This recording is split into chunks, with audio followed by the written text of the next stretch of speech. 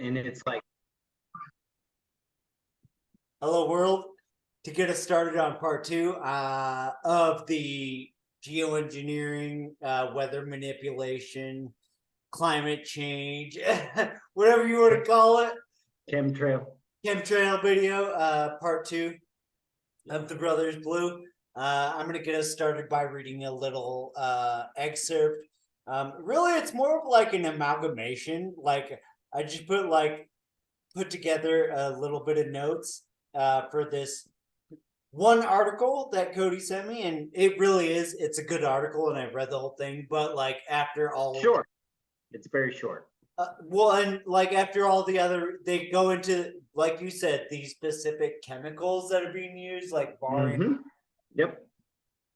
So from this article and like my little bit of research, the summary that I came up with is a sounding rocket or rocket sonde, because I love translations, sometimes called a research rocket or a suborbital rocket, is an instrument carrying rocket designed to take measurements and perform scientific experiments during its suborbital flight. The rockets are used to launch instruments from 30 to 90 miles above the surface of the Earth, the altitude generally between weather balloons and satellites. So, yeah, that is the general takeaway I got from that NASA article, is that like atmospheric research is taking place and the conspiracy theorists think that it's like slap. So Kyle has the tendency to overcomplicate things. And so that was your summary. That like literally you wrote that? You wrote that as a summary? Yeah. Yeah. So basically what this NASA article says is there are rockets releasing these chemicals into the atmosphere. They specifically talk about three chemicals. You did mention those, so good job there. TMA, lithium, and barium. But my thing about this, and I'll get into it later, actually, is first of all, really what we're doing with these chemicals and the release of them into the atmosphere is trying to create clouds. And that's pretty much what the NASA article says, right? Well, but it goes back to talking about with like increasing precipitation, like that's cloud manipulation.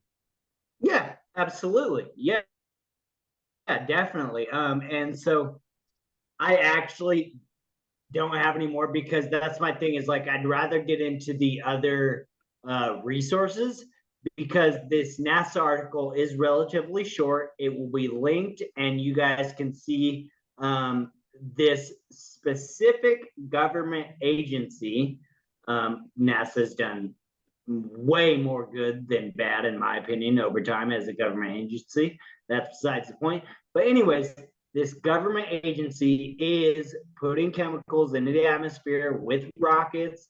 And sorry, you were talking about things, and I was like, why doesn't he say stratosphere? Because that's the thing, is like we're putting things into the stratosphere and things dissipate or things just like hang out. And like that is like how the chemistry of these different chemicals works. So like barium is mentioned in the first article that we talked about, where she's like, these are bad levels of barium. And it's like, well, first of all, your collection methods are questionable, to say the least. You're not a scientist. And then not only that, barium, actually, if you look at barium, like very rarely reaches it usually just hangs out in the atmosphere, stratosphere, or dissipates by the time it gets to the ground. So yeah, There's a lower atmosphere. right. Yeah. Like stratosphere is an upper level of the atmosphere, and right. Yeah, no, and I don't know all of the spheres of the atmosphere. But barium, usually dissipates by the time it reaches lower levels of the atmosphere from where it's released in the stratosphere. Yeah. And the one other thing they talk about in one of the articles is like how long these trails are lasting. Yeah. And Yep. that absolutely has to do with their dissipation through the different levels of the atmosphere. And Different temperatures in the atmosphere. Exactly. Yep. Exactly. people are And pressure too. Pressure changes in yes, the atmosphere. So yeah. the obviously like different levels are gonna yeah. Oh man. I wanted to have this conversation off camera, but we were talking about convection the other day, and Oh how yeah, it yeah. takes place in the geosphere. So the mantle, it takes place, and I was thinking about this. It takes place in every sphere that we study, and so this is my thing. It's like I don't know the levels of the geosphere. I don't know the levels of the atmosphere. Um, the biosphere, I also, yeah, that's a whole different complex thing. But convection is shown in the geosphere by it happening in the mantle. It happens in the biosphere because it takes place in the oceans, which we didn't talk about, and it takes place in the atmosphere with radiation coming off the sun. So convection is literally the type of heat transfer that powers everything on the planet. It's basically that heat rises. And that's why also like I kept going back to solar convection and how nuclear. What I didn't really expand on is nuclear fusion, which is what like the sun does. The sun does that through convection. Yes, it Its does. cycle of convection allows nuclear Fusion. fusion. So thank you.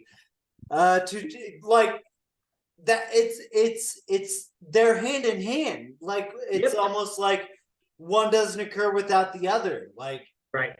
yeah. And so nuclear fusion, I think, is another thing that we should probably research and maybe have a different conversation about because I think we could. And Yeah, actually, I think we should have a conversation about energy. I think that would be best because nuclear fusion definitely falls into the energy conversation. that'd be like a Let's get 5 part conversation. Yeah, so let's get back to what we were talking about, which is the geoengineering subject. And we're finishing up the NASA article, so I can move on to the videos if you're okay with that. Yeah, absolutely. I just Okay, yeah, go ahead. so the first video is the longer one. It is the documentary. It is Fine Tuning the Climate by DW Documentary, not Daily Wire. But it is DW Documentary that made this video. It's a longer one, it's 42 minutes. I actually enjoyed this video so much that I made a Ed Puzzle teacher lesson out of it last year in my science class. Like I literally gave this video to my 8th graders as an assignment. Yeah, So I also have a perfect fun lesson. way to introduce this video because they kind of start by talking about what we've said is kind of the main idea around geoengineering, and that's cloud creation.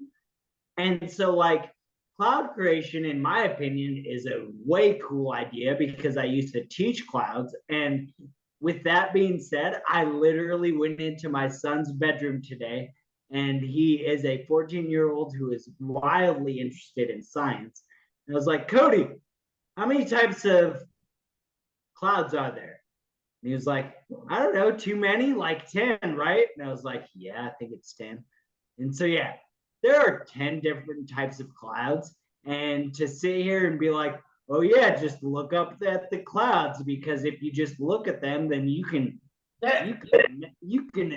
apply your analysis to them, and it will be totally scientifically valid by just looking at them.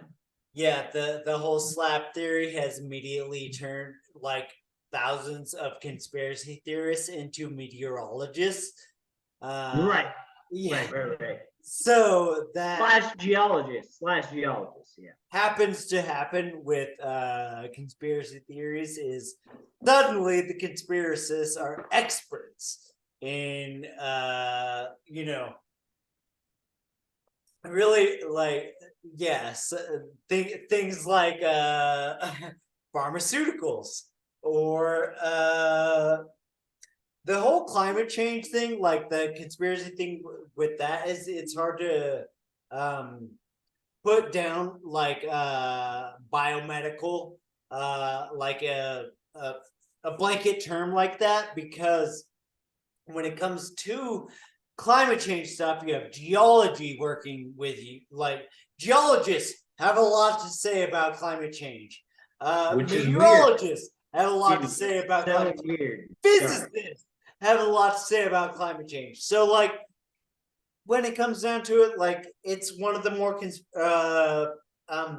more susceptible concepts to conspiracy theory. Unfortunately. Right. So another main idea around this around the geoengineering that we actually haven't brought up, that we've kind of skimmed the subject because you've said the term climate change a few times now, but the idea behind geoengineering is we want to create kind of a blanket of good clouds that help our atmosphere over the So, long term. okay, so this is just like a small semantics point I wanted to make. Is you keep saying or like cloud adjustment, or what it is? Creation. What creation? Yeah, it's not Creation. manipulation. No, we're putting chemicals into the sky that can create clouds. Okay, but don't you want to also put chemicals into the sky that reduce clouds and like? Yes, yes, actually, and one of the videos talks about that specifically. So yeah, Okay. you're right. Cloud manipulation is also a part of it. You're not wrong. And no, it's just more sublantic, and it's just like that you just Oh, you just but if think you, that geoengineering is talking about creating clouds it is, it does. It's an That is oversimplification, in my opinion. by not including the term manipulation. I'm sorry. It's creation and manipulation. It's both. Okay, fair enough. Yeah. Dude, no, like not just straight up. They are spraying chemicals over the ocean to try to create sea clouds. Like that's something that I have in my notes later. Like it's not crowd that sorry. What they are doing is not cloud manipulation. It is cloud creation. That is So what there they are are. no, there are clouds that already exist where they're just trying to increase their precipitation. So No, that is cloud manipulation. Sorry, not cloud. they're creating the type of cloud. They are creating it. Yeah, we can argue about the Manipulating an semantics existing cloud. later. We can argue about this later. So, No. anyways, one thing I wanted to say that is cool or not cool, something interesting to the science of this again, because it comes down to like parts per million, and it's like people don't think about ratios very often. But every year, billions of I don't know what it is, tons, right? Billions of tons of CO2 are released into the atmosphere every year due to our emissions or whatever. And the like total of chemicals released into the atmosphere due to geoengineering is roughly like, I think they said like 400 million. So, anyways, the ratio is 1,000,000 to 1 because it's 1,000,000 and 1,000,000,000 that we're talking about. And so, like, the amount of CO2 that's being dumped into the atmosphere is at 1,000,000 to 1 ratio of the chemicals that are being released into the atmosphere for scientific research. Where'd you get that? Yeah, I was trying to like, and yeah, you said a lot there, but I was trying to follow along, and I'm pretty sure, yeah, no, I am curious where you came up, or Oh, it's not me. where you learned that conclusion. That, Yeah. yeah. in the documentary. And that's the thing, is like Ah, I said a million words for a note that says oh, that's fine. a 1,000,000 to 1 ratio of chemicals. And that's what it is. The chemicals that are a million, and actually it's billions, and that's the thing, billions of tons of CO2 are being released in the atmosphere. And it's around 400 million tons of chemicals for the scientific research, the barium, the lithium, the things that we brought up previously. Yeah, I get it. I know how millions and billions work. A billion is 1,000 million. A lot So of people don't get the it. fact that it's only 400 million, yes, and we're talking about the comparison to billions. Yes, Billion. I understand the astronomical difference. Yep. Um, So that's I just found that interesting. Um, Another thing that I think you will find interesting from the long documentary was that this science is taking place all over the world. In South America, they focus on a place in Peru and Chile, and they do Switzerland and Iceland and Europe. And so, yeah, go ahead. no, like I was gonna bring this up earlier, and like I hate to do it because it's recurring. I feel like at this point, and it's like it, the That's okay. COVID thing. No, people. It's like, oh, okay, so it was a COVID hoax that happened to the whole world. Everywhere, right? Yeah, Oh, yeah, the only people who were talking about like the COVID hoax primarily are like Americans, and the rest of where the world is like, yeah, there's a deadly pandemic happening. so let's try to deal with it in our country. Yeah, and people in America are like, it's a hoax. It's like, yep, it's probably a hoax in Italy, Yeah, Croatia, yeah. Russia too. The They people that probably got it's the probably people just that got vaccinated in France are robots now. So yeah, exactly. this is not Fix that that. video. This is not that video though. Sorry, I'm sorry, but no, that is the point that you were kind of making. Yeah.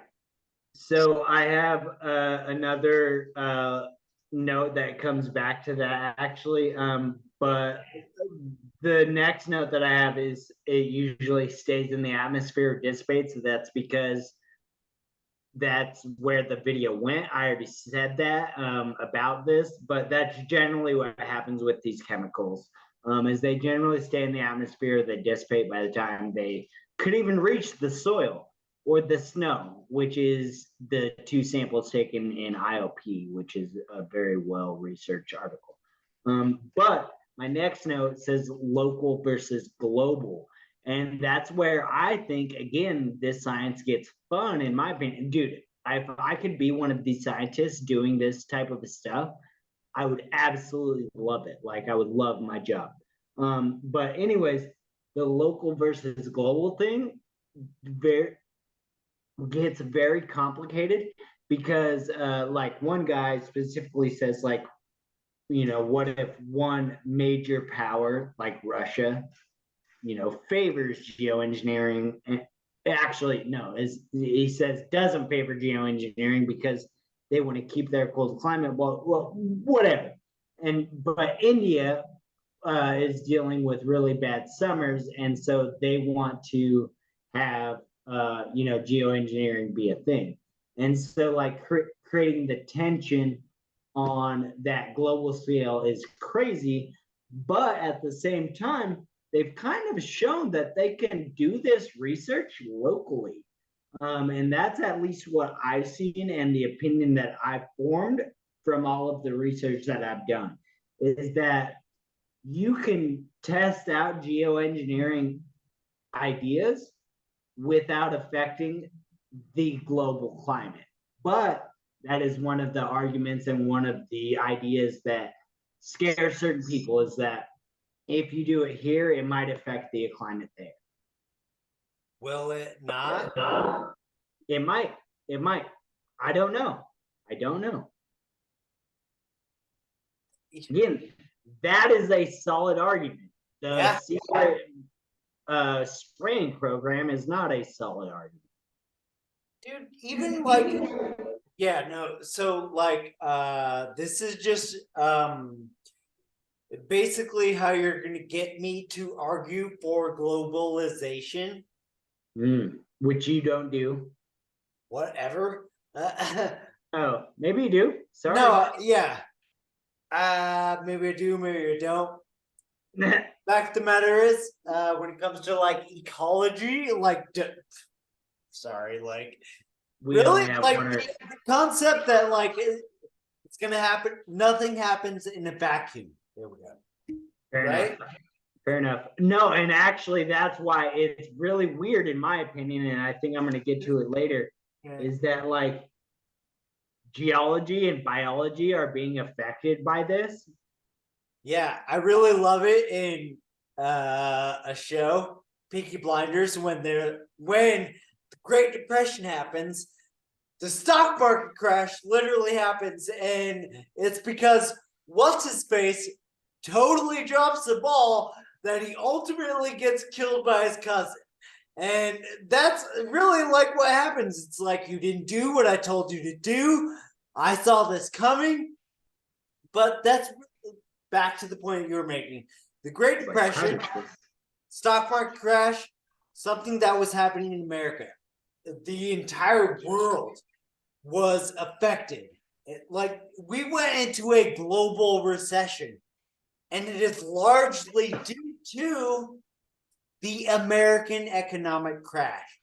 And that's what I'm saying is like we are in such an interconnected, globalized world that when India, you were talking about India's climate, when India is like the fifth largest world in the country, largest nation in the world. Like India, Yeah. their impact is fucking huge, and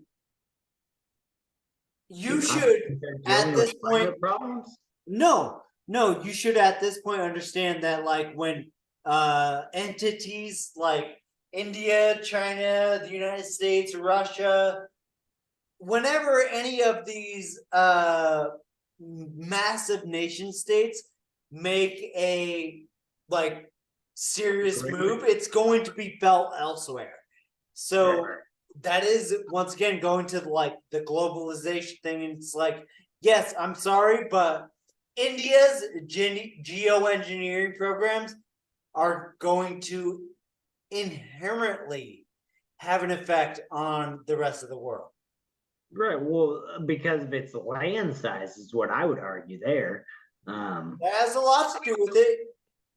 Yeah. Brazil is another one. Yeah, I'm sorry. I feel like you're getting off on some weird tangents and I'm having a hard time following you. But with that being said, I have a couple of more notes, and this is another area where it comes back to the science. Yeah, like that's what it is like geopolitics are involved with this. Oh, and actually, I do have a note about that later. But like, I enjoy the science more, so I'd rather read that. And so, a cool thing that a certain group is doing somewhere, I don't know, maybe it's Peru. I think it is in, no, it's in Australia. Um, is they're trying to take advantage of the ocean's capability to absorb. And I come back to this later, actually. So I will just address it right now. Is that the reef is an area that is responsible, the Great Barrier Reef, is an area that's responsible for actually a somewhat significant amount of the oxygen that is put into the atmosphere.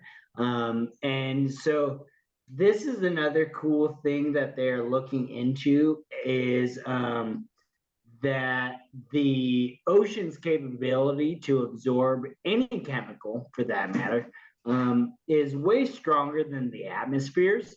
And that has to do with not just the ocean water, but it also has to do with the algae and plankton and all those other things. And so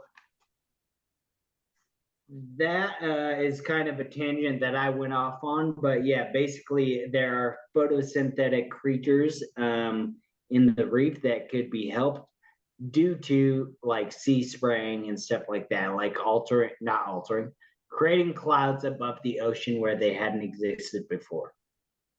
They're literally spraying stuff off the back of a boat. You're To just create- so averse to using the word altering to jump to creation, but whatever. What I will say, and like, dude, like, yeah, you're like accusing me of being like super tangential or whatever, but like, Yep. the government of Brazil controls literally the lungs of the world. The Amazon rainforest has been colloquially, there we go, termed the lungs of the world, and if you didn't know, there's a guy named Bolsonaro who is essentially a fucking fascist, and he was in control of Brazil for like the last 15 years. Yeah, I can see you doing your research, but whatever. Right. This is what I'm saying is like Brazil and their government and their politics is extremely important when you consider that Brazil and their environmental policies are going to affect the rest of the world. Yeah. So are you saying that they are the lungs of be and this is my thing, and this is what I was arguing with you, is that, and I didn't have, or I shouldn't have had to look it up because it's just Right? not. No, you're wrong. The ocean. The ocean is The lungs of the world. the and so what I looked up is what creates all of the oxygen. Thanks. Oh, should I look up what are the lungs of the world? Is that a better thing to Google? That's me and my history bias. Well, and that's all I'm saying is like I've It's seen been historically referred to, and I said colloquially,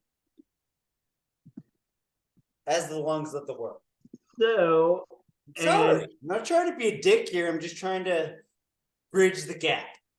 oh yeah, okay. And so here you're definitely right in that colloquially it is referred to as, It's a hard word to say. yeah, it's well, this says tropical rainforest. It doesn't say the Amazon specifically, but the Amazon is the largest tropical rainforest in the world, so there's that to be said. But let's look this up later. I guarantee you the oceans create way more oxygen for the world than the rainforests do. I guarantee it. I just guarantee it. Because like that's the thing is like algae and plankton pretty much sustain life on Earth. I don't disagree with you, and that's because I have a basic understanding of science, but yeah. It's not trees. Most people think it's trees. Oh, the trees are what save us. No, it's not. Dude, the world is like what, two, three quarters water, like 75%. Yeah. And that water is fucking saltwater ocean. It's not lakes. Yeah. So, all right. I have a handful of notes on the other thing. Should we just do a part 3? Or no, actually, let's just finish it off. We'll just finish it off. No, I disagree. I think we should do a part 3. Okay, that's fine. Okay. You finish us this time. Okay, everyone, you always know knowledge is power.